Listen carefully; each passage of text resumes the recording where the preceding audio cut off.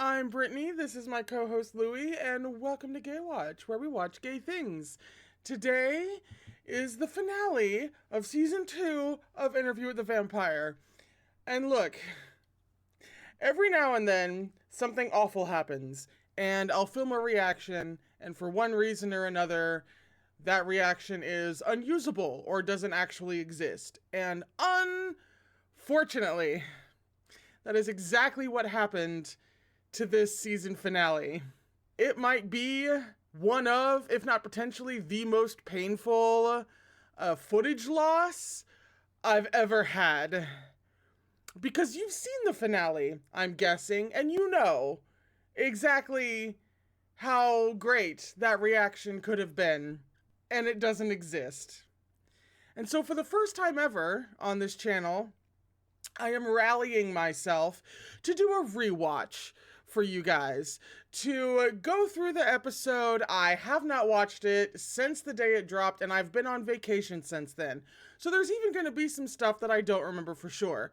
Maybe none of the big things, but some little things, at least, that we're going to talk about. I may actually have a brain cell about what's happening in front of me, so I'll be able to sort of recall maybe how I reacted the first time, talk about what the hell is going on, what that potentially means for a season 3, and all of that jazz. So this is actually going to be more of a discussion, maybe light analysis video. It's not a reaction, but I wanted to have something for the end of such an incredible season of television. I wanted to have some kind of video for you guys, and this was the best thing that I could think of. It's still gonna be a good time, so let's hit play, and you might want to be prepared for a lot of talking from me, because oh my god. And we're literally starting with the title card. So first of all, rude, just generally speaking, to title the end of the season this, especially since they released ahead of time that announcement that we're getting a season 3. Maybe this is potentially part of the reason why they did this, so that we wouldn't be freaking out and wondering if this really was the end of the show. Maybe fandoms can be a little bit panicky in that sense. So it wouldn't surprise me that that was at least part of their motivation, maybe. But what I really lost my shit on the first time that this came across my eyes was the blatant fucking trollish lie that this is. I don't know who said this. Obviously, the first time I watched it, I didn't know whose mouth this would be coming out of. And the potential implications, depending on who said it, drove me fucking nuts. Because no matter who said it, it was going to be bullshit, but it was going to be bullshit of a different dramatic and tension-filled flavor. So I was losing my mind waiting for it. And then of course we find out, and it's used impeccably. It's always used impeccably. They title their episodes perfectly, much like everything else on this show. But for a show that thrives off of ambiguity and mystery and answers kind of always coming down the pike but never explaining the full picture, and for a show that's gonna go into a season 3, making this the title was mean. That was mean and cruel, and I love them. The flesh having circled around the insulating rocks of my deathbed. Are they still there right now?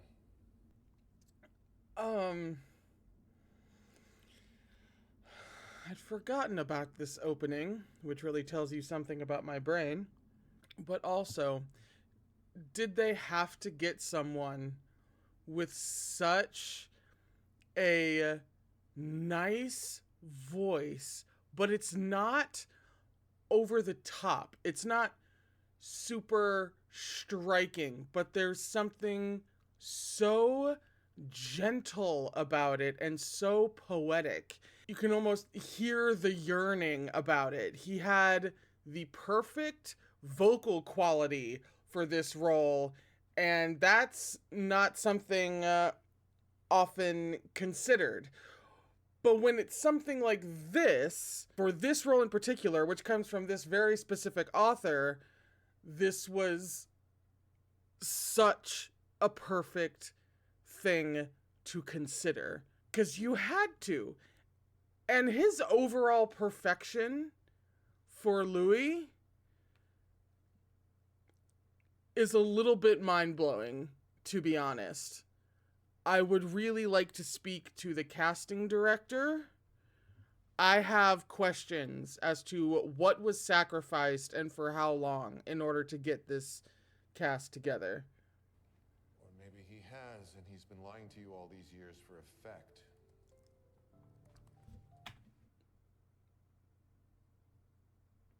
I can't exactly remember when Daniel finds out or if he already knows. But even if he doesn't know, the foreshadowing in this script, Ridicule. this beautiful fucking shot. What on earth do you mean? Who thought of it? God, I wish there was a single cinematographer that I could curse out right now, but there are several, so I don't know who's responsible. But whoever is should be ashamed of themselves. Dragged off stage and buried alive.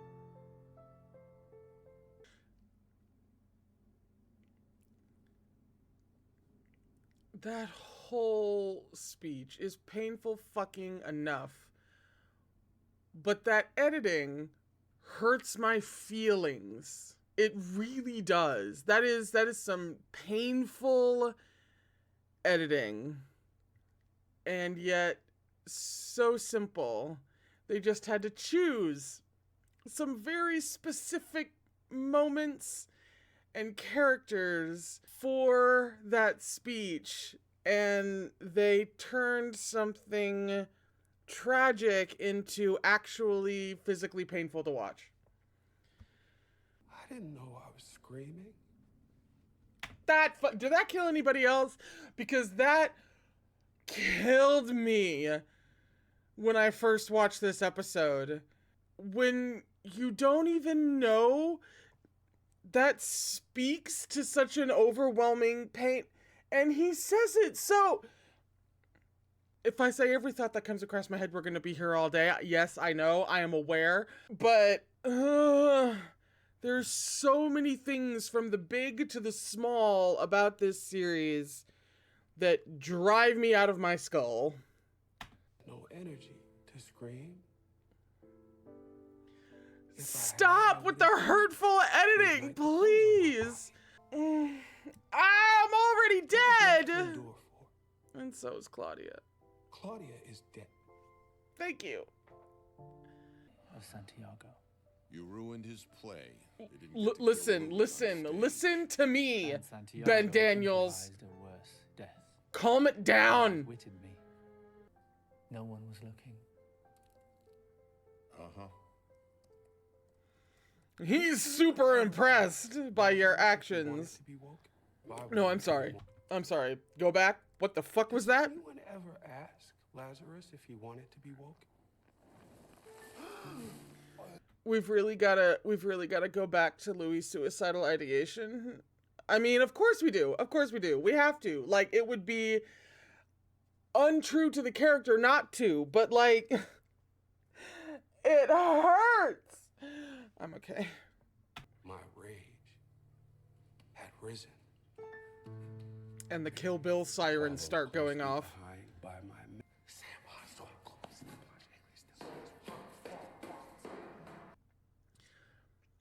Them characterizing Louis in the immediate aftermath as someone deeply unhinged, a little hysterical, a little insane, having taken leave of his senses from grief and the overwhelming, all-consuming, I do this right now before literally anything else in the world exists, type of revenge plot sequence that they would hear makes so much sense for any parent. You killed his daughter. You killed his sister. Like, of course he would be consumed. But the way that they specifically characterize it for Louis, there's something about it that just makes so much sense for him.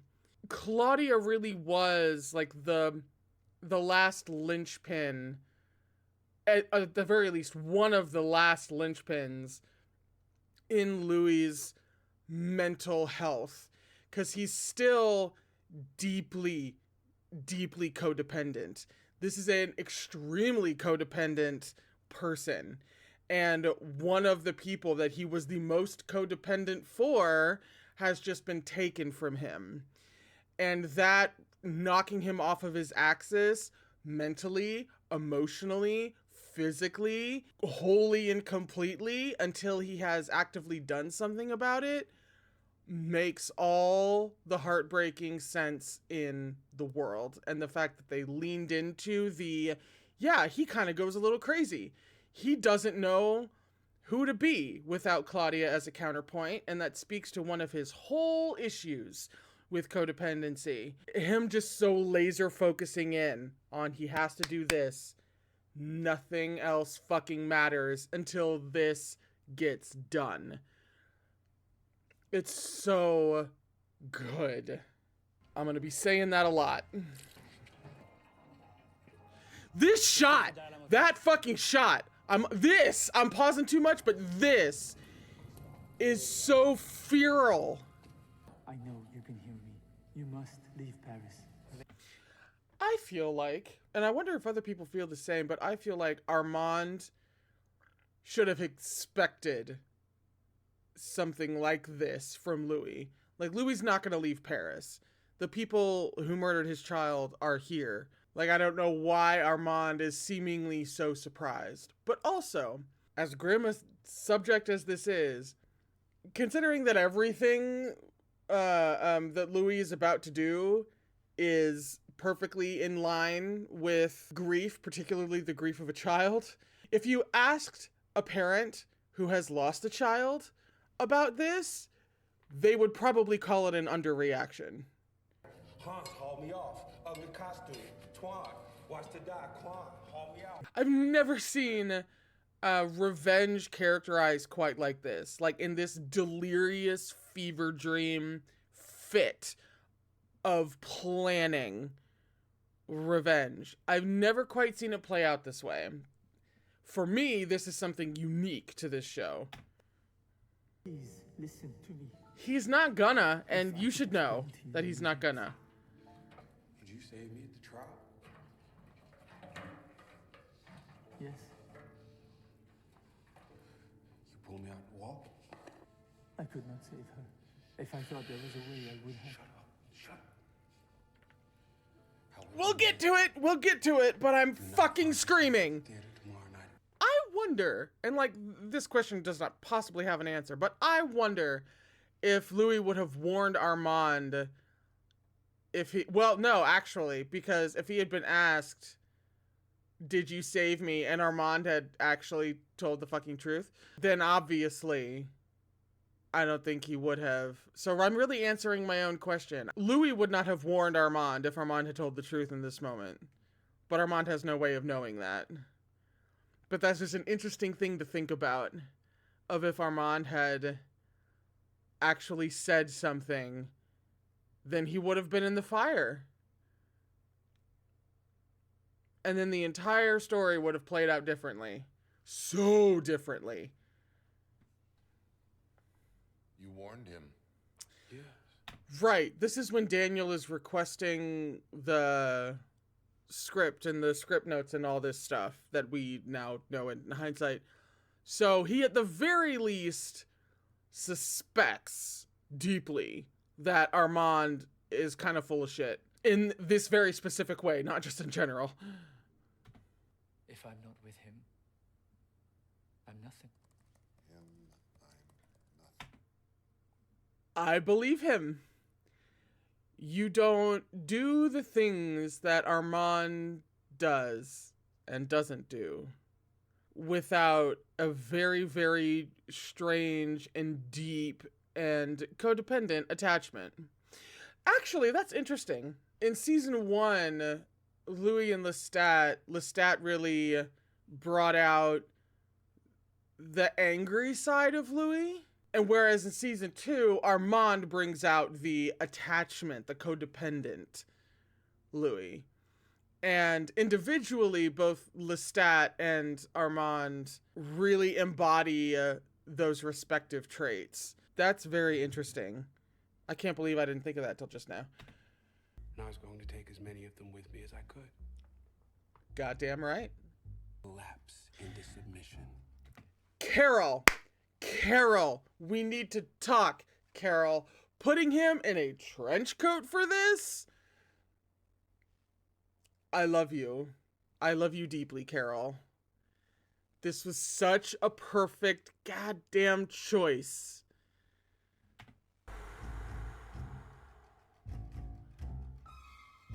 Santiago is such a bitch, and I like his character so much. The saxophone? Between the saxophone and the trench coat, this is such a noir execution. Never mind the narration. Arson is an act of passion.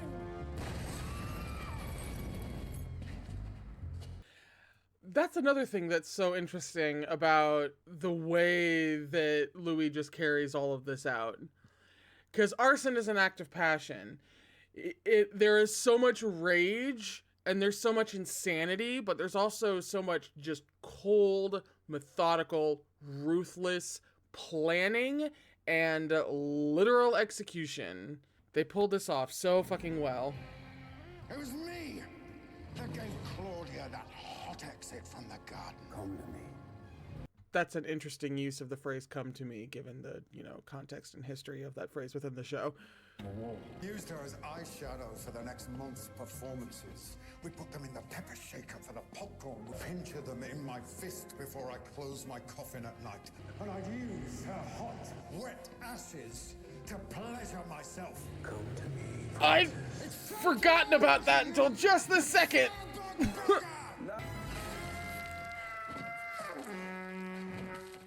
Fucking great. Louis is to be feared. Never, ever, ever, ever, ever underestimate Louis. He can be many things, and this fucking terrifying and cold is absolutely one of them. Say that shit about Claudia to my face. Dinner martini.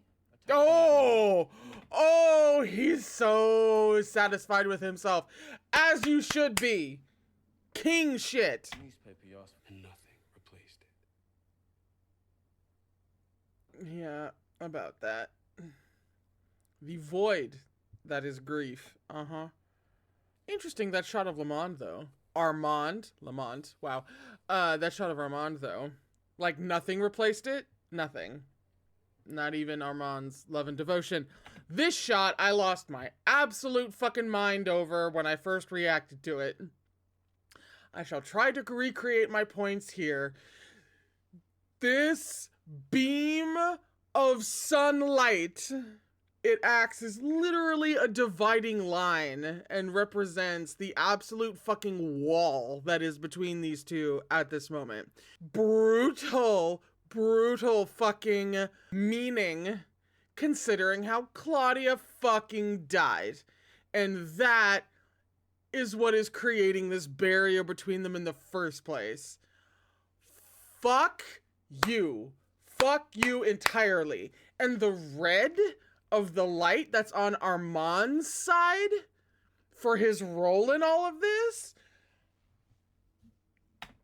When did you start lying to me? Did he ever stop? Oh my god, Carol.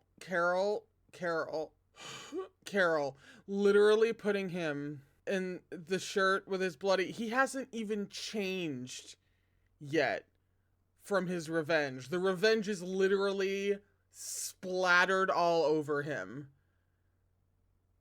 And technically speaking, given what we talked about earlier, Armand's blood should be there.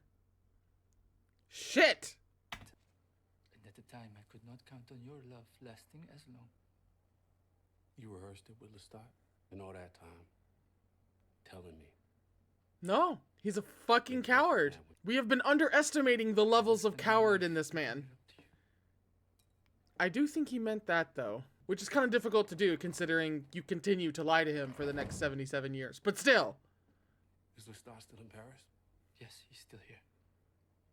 I'm shocked Armand didn't lie about that, actually. Maybe he thought that getting caught in one more lie at this moment, not great. Fuck this! I don't want to live through this again, but here I am. Details left to work out after the homicide of Frolic. Yes, Ray, Cap.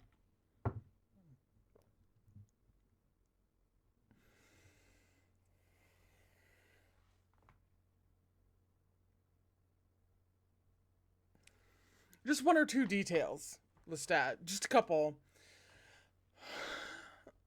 Just some last things to clear up. Here's your death, Lestat. Oh, fuck. I forgot he prefaced it with... You know, this hurt the fucking first time, but it's worse knowing... He and I are gonna spend the rest of our lives together. I could not fucking believe this. Miserable life.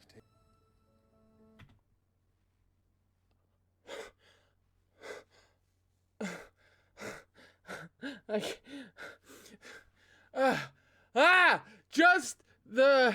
I don't know if I ever actually said it out loud or maybe if I just had the thought, but I think a lot of people, if not potentially, you know, most people, at some point in time during this season are looking at the dysfunction, the present day dysfunction between Armand and Louis and are going, why are you guys still together? Why is this still a thing? What is happening? And now we fucking know. Spite. Well, spite and Armand's codependency and love for Louis. The fact that we, like, on rewatch, this whole thing is, like, being absolutely brutalized and murdered by dramatic irony. The fact that I ever sat here and, like, watched this and, like, this hurts, but it's like, yeah, of course this is gonna hurt, Lestat. You know, look what you did. Armand did what Armand did. So, like, of course it's gonna be this way. And okay, so there maybe there's a little part of Louis that was, you know, vengeful toward Lestat, and that's why he went off with Armand. But, you know, they're still good. And, like, there was this whole other angle watching this scene, not knowing about the reveal that we're about to watch. And now watching it again...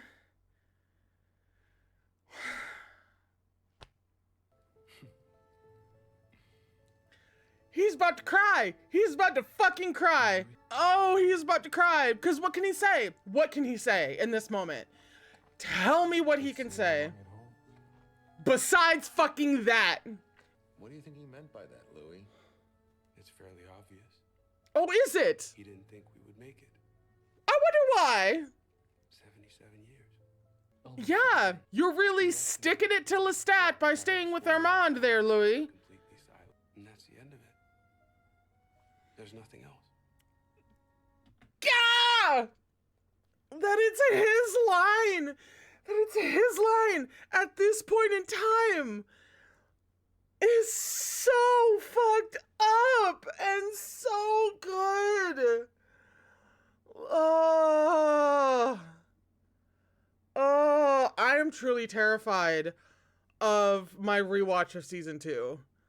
I am fucking just flatly terrified at being crushed by the dramatic irony at every fucking turn. I mean, how many times am I going to have to watch season 2 before I've peeled back all the layers and actually feel like I have a handle on things? which would be silly to do in the first place because this show is not over and they are just going to continually fuck up, recontextualize, and reveal shit until the day this show ends. So I'm just beside myself. I can't believe it's just so, that's it. Nothing more to see here. And then a boulder of knowledge drops on everyone's